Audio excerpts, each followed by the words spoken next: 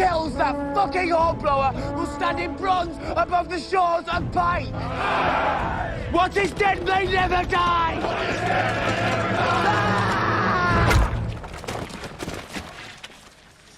Thought he'd never shut up. It was a good speech. Didn't want to interrupt. Oh, Theon, where did we go wrong?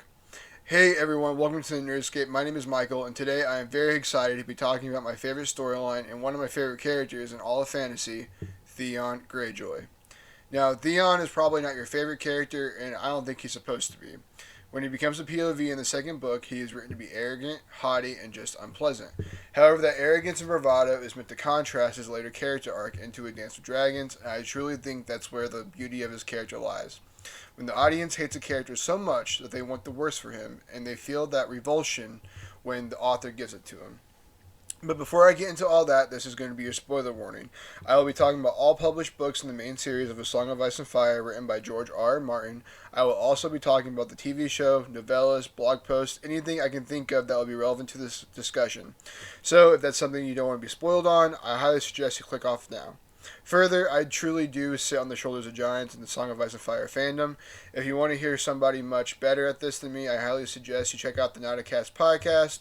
Jeff and Emmett are among the best experts in the field. I believe they're halfway through A Storm of Swords, and they're not just experts in the Song of Ice and Fire, but literary analysis in general, so I highly recommend. To that end, I also recommend Radio Westeros. They have a whole library of unique topics in A Song of Ice and Fire, including an episode on Theon, so I highly recommend you check them out. So why Theon? If we the audience do not like him, and we're not supposed to like him, why are we so attached to his story? Well, Theon's story is about identity and discovering who he really is. He starts out as a Greyjoy, becomes a Stark, becomes a Greyjoy maybe again, then becomes absolutely nothing, and we follow his story while he tries to rediscover himself. It is a beautifully written story also with many prose and breathtaking imagery. Breathtaking not only for its beauty but for its horror, and I believe that the story of identity really speaks to many readers. So, getting into the story of Theon, we must start at the beginning. Theon was born in the year 278 or 279 AC. We know this due to the fact that we can build a timeline using various points, such as Joffrey's wedding occurring in 300 AC. Then subtracting how old we know Theon to be at that point, around 19 or 20, to figure it out. Also, if you're new to the fandom, or you're just a casual reader, you'll notice that the timeline here is broken up into BC and AC.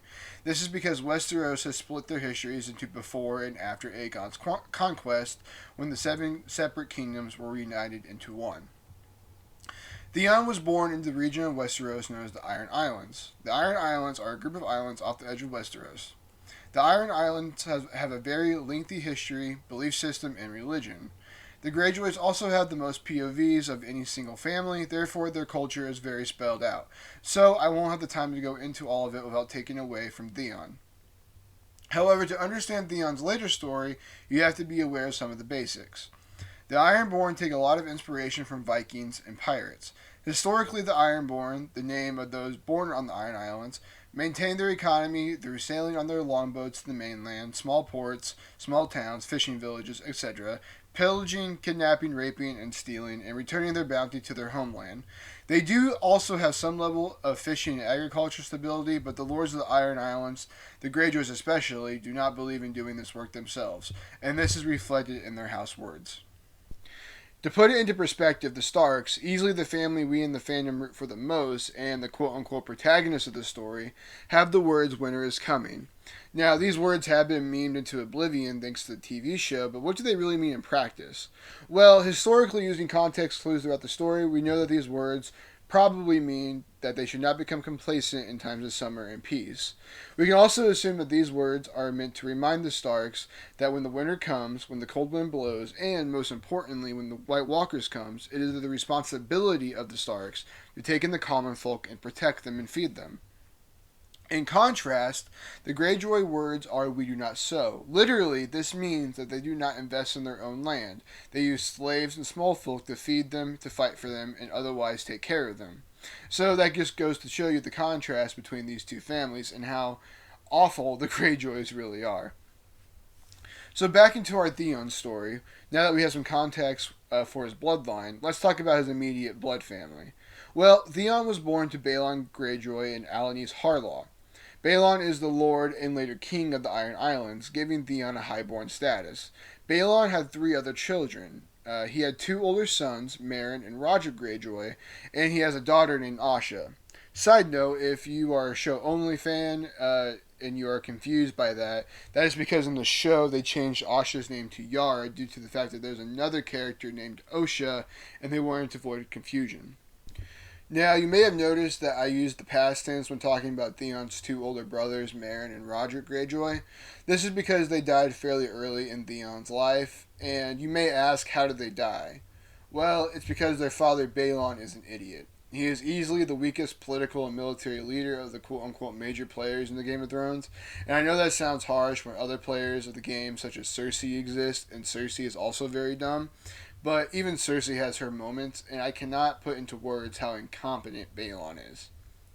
We see Balon's incompetence in that he was the first major enemy we see in modern Westeros. Before the opening of the first book, Balon instigated what would later be known as the Greyjoy Rebellion. At the time, the current king of Westeros was Robert Baratheon, who had become king just a few years previous. Balon felt that Robert's hold on the kingdom was weak and saw it as an opportunity to take his lordship and leave the kingdom in open rebellion. I cannot put into proper words just how dumb this was. Imagine if Hawaii decided to leave the United States, and they didn't even do so with political maneuvering, they just did it with open hostility. Further, imagine if Hawaii had no proper reason to do so outside of pure greed, and they would have little to no military might to back up their cause. Now, granted, the Iron Islands are at sea, and their enemies would have to waste resources to fight them, and the Ironborn are very good at sea warfare. But that means very little when you get them on solid ground. Furthermore, the Ironborn have a very bad habit of killing their commanders, or staging outright coups if they just disagree with their commander's actions, or if their commander is acting against the common good of the unit. So with all that being said, I hope with all that you can really grasp how dumb of a move the Greyjoy Rebellion really was. However, this is exactly what Balon did. In response, the Iron Throne of Westeros rose their banners and retaliated. On a side note, I do think it's another show of incompetence of Balon that this is the only time in modern Westerosi history that all the major houses rose together against one common enemy. The Baratheons, the Lannisters, the Starks, the Reachmen, as well as support from the Arryns, all came together to squash Balon. In this world, it is extremely easy to pit one house against another. I mean, just look at Littlefinger. He pit the Starks and the Lannisters against each other on a whim almost. He also helps the animosity between the Tyrells and the Lannisters, and even starts pitting the minor houses of the Vale against each other. Yet Balon didn't even try to use this to his advantage. Further, during the War of the Five Kings later on, Balon never uses the open hostility between the houses to his advantage, and he doesn't even think to try to build an alliance until the war is almost over and the other sides don't really need his efforts anymore. But, as it were, Robert, with the help of his allies, eventually laid siege to Pike, the capital of the Iron Islands. During the ensuing battle, Meryn and Roger died. Later, we hear that Balon blames Robert and Ned Stark for his elder son's death. Now, look, I can appreciate the fact that this man lost two of his children, and it would be very painful for him to come to terms with that, especially when the death lay squarely on his shoulders. But in my opinion, this is pure coping, and I only bring this up because it'll become very important later in Theon's A Clash of Kings storyline when they interact. So, with his sons dead and his castle taken, Balon surrenders and bends the knee to King Robert. Now, Robert was very famous, fortunately for Balon, for forgiving his enemies. During his campaign to take the throne initially, Robert would meet his enemy on the field of battle in the morning, and by evening, after he had won, he would be drinking with them in the local inns. Robert's hand of the king, Jon Arryn, and close friend Ned Stark, however, convinced him that he cannot take open rebellion sitting down, because other parts of the kingdom would see that and they might also rebel. Due to this, it was decided that Theon, Balon's last remaining son, would be taken as a hostage by the Starks. Political hostages in this world, and in the real world, were used to keep a lord's behavior in check. It was understood that if Balon would ever rebel again, or not answer Robert's call to arms when needed, Theon would be executed. I do, however, want to make a key distinction. Theon was a hostage of Ned Stark. Ned Stark is one of the least morally great characters in the story. He can almost always be counted on to do the morally right thing. Further, his entire character is balanced on the phrase, save the children. Children just like Theon.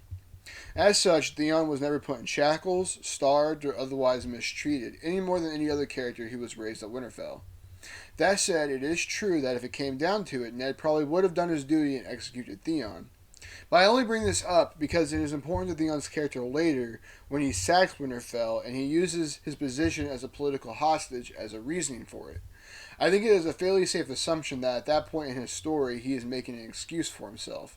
In my opinion, and I think it's a pretty safe opinion, Theon did ultimately love the Starks and they loved him. So, at the age of 9, Theon was sent to live with the Starks, where he stayed for the next 10 years.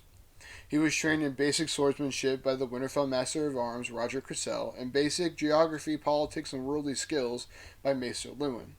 This is where we saw our story in A Game of Thrones, Bran 1. Bran 1 starts with the execution of Jared by Ned for his crime of the desertion of the Night's Watch. Theon, along with the rest of the male Starks, with the exception of baby Rickon, are in attendance. Theon is described as a slender young man who smiles easily, laughs often, and has the cocky air of somebody who is on an inside joke that only he knows about. Now, I know at this point George has no idea where Theon's story would end up at, as the original story in the pitch letter is much different than the end result that we have.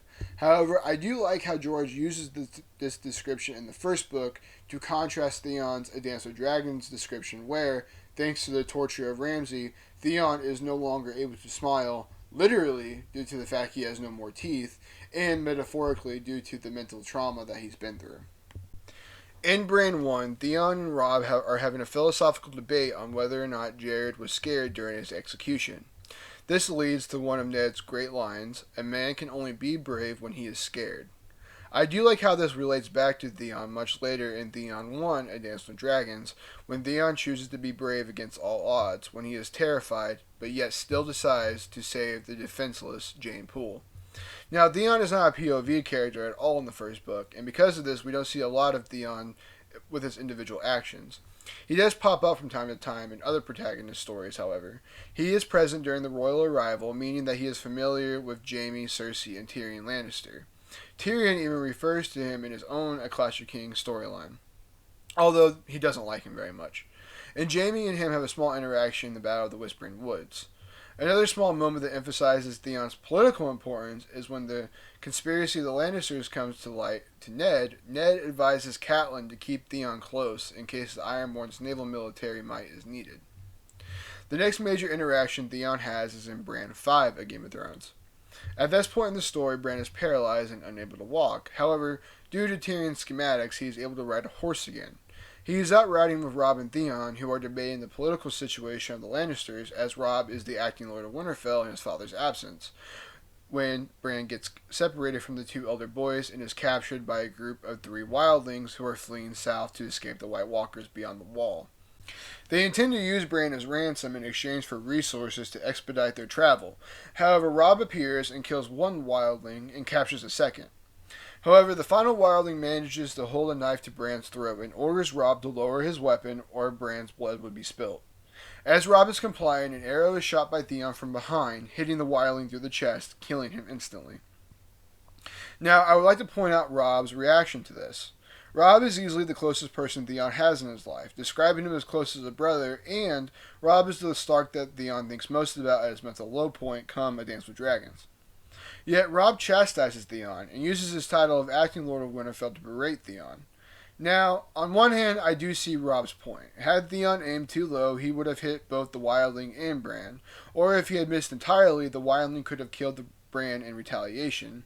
However, on the other hand, what other options were there? Robb had just killed the wildling's friend and was holding another hostage. Chances were Bran was dead no matter what happened there. I bring this up because Robb is Theon's closest friend, but Robb is also at times very immature, especially before he is crowned King in the North and goes on his campaign in the Westerlands.